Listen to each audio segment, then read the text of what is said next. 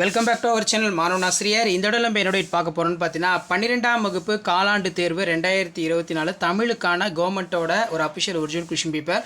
Mark பொறுத்த வரைக்கும் 90 mark கொடுத்துருக்காங்க. ஸோ நீங்கள் எந்த டிஸ்ட்ரிக்டாக இருந்தாலும் சரி, கண்டிப்பாக இந்த கொஷின் பேப்பரில் இருக்கிற கொஷின் எல்லாத்தையும் நல்லா படிச்சுட்டு போங்க. இதிலேருந்து கொஷின்ஸ் எல்லாமே பார்த்தீங்கன்னா உங்களுக்கு ரிப்பீட் ஆகும். ஸோ இதில் பார்த்தீங்கன்னா நமக்கு 3 × 2 6 நகரம் பட்டை தீட்டிய வெள்ளை வைரம் ஆகிறது விளக்கம் தருக. நிலையாமை குறித்து சவரி உரிக்கும் கருத்து யாது? இடையீடு எவற்றை குறியீடாக குறிப்பிடுகிறது? கல்விழா ஒளிவிழா விளக்கம் தருக. அடுத்து பார்த்தீங்கன்னா 2 × 2 4 நடை அழகியல் பற்றி தொல்காப்பியம் கூறும் கருத்தை குறிப்பிடுக. புக்கில் தன்மனை சிறுகுறிப்பு எழுதுக. அக்காலத்து கல்வி முறையில் மனைப்பயிற்சிக்கு உதவிய நூல்கள் யாவை? நெக்ஸ்ட் பார்த்தீங்கன்னா 7 × 14 ஒரு விகற்பம் பல விகற்பம் என்றால் என்ன? ஏதேனும் ஒன்றனுக்கு பகுபத உறுப்பிலக்கணம் தருக.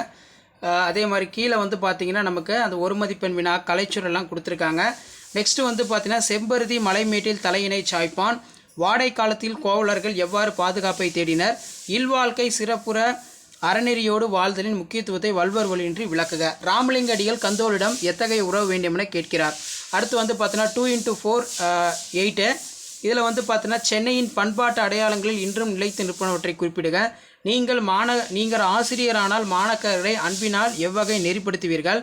பண்டைய விருந்த குடும்பத்தின் தொடர்ச்சியே இன்றைய கூட்டு குடும்பம் விளக்கம் எழுதுக. சங்க பாடல்களின் ஒளிக்கோலம் ஒரு குறிப்பிடத்தக்க ஒரு பண்பாகும் விளக்குக. அடுத்து 3 × 4 12 பொருள் வேற்றுமை அணியினை சான்றுடன் விளக்குக.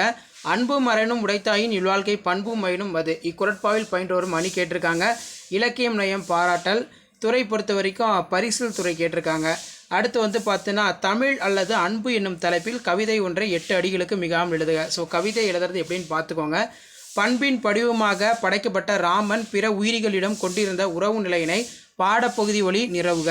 செய்நன்றி அறிதலே அறம் என்பது வாய்விரை வாழ்த்தின் துணை கொண்டு நிறுவுக. பண்டைய கால கல்வி முறையில் ஆசிரியர் மாணவர்களிடையே நிகழ்ந்த கற்றல் கற்பித்தல் முறைகளை தொகுத்தெழுதுக. நெகிழி தவிர்த்து நிலத்தை நிமிர்த்து என்னும் தலைப்பில் சுற்றுச்சூழல் ஆர்வலர் பசுமை தாசருடன் நீங்கள் நடத்திய கற்பனை கலந்துரையாடல் கருத்துக்களை தொகுத்தெழுதுக. ரொம்ப ரொம்ப முக்கியம். பாரதியின் கடிதம் வாயிலாக நீங்கள் அறிந்து கொண்ட மொழிப்பற்று சமூகப்பற்று ஆகியவற்றை விவரிக்க. கிராமங்கள் தங்கள் முகவரியினை இழந்து வருகின்றன, இது குறித்து உங்கள் கருத்தை விவரிக்க. அடுத்து அடிப்பிரலாமல் செயல் வடிவில் எழுதுக. இதில் பார்த்தீங்கன்னா தெய்வமணி மாலை பாடல் படும் என முடியும் குரல் கேட்டிருக்காங்க. ஸோ இதான் பார்த்தீங்கன்னா 12ஆம் வகுப்பு தமிழ் காலாண்டு பொதுத் தேர்வு 2024க்கான கவர்மெண்ட்டோட அஃபிஷியல் ஒரிஜினல் கொஷின் பேப்பர்.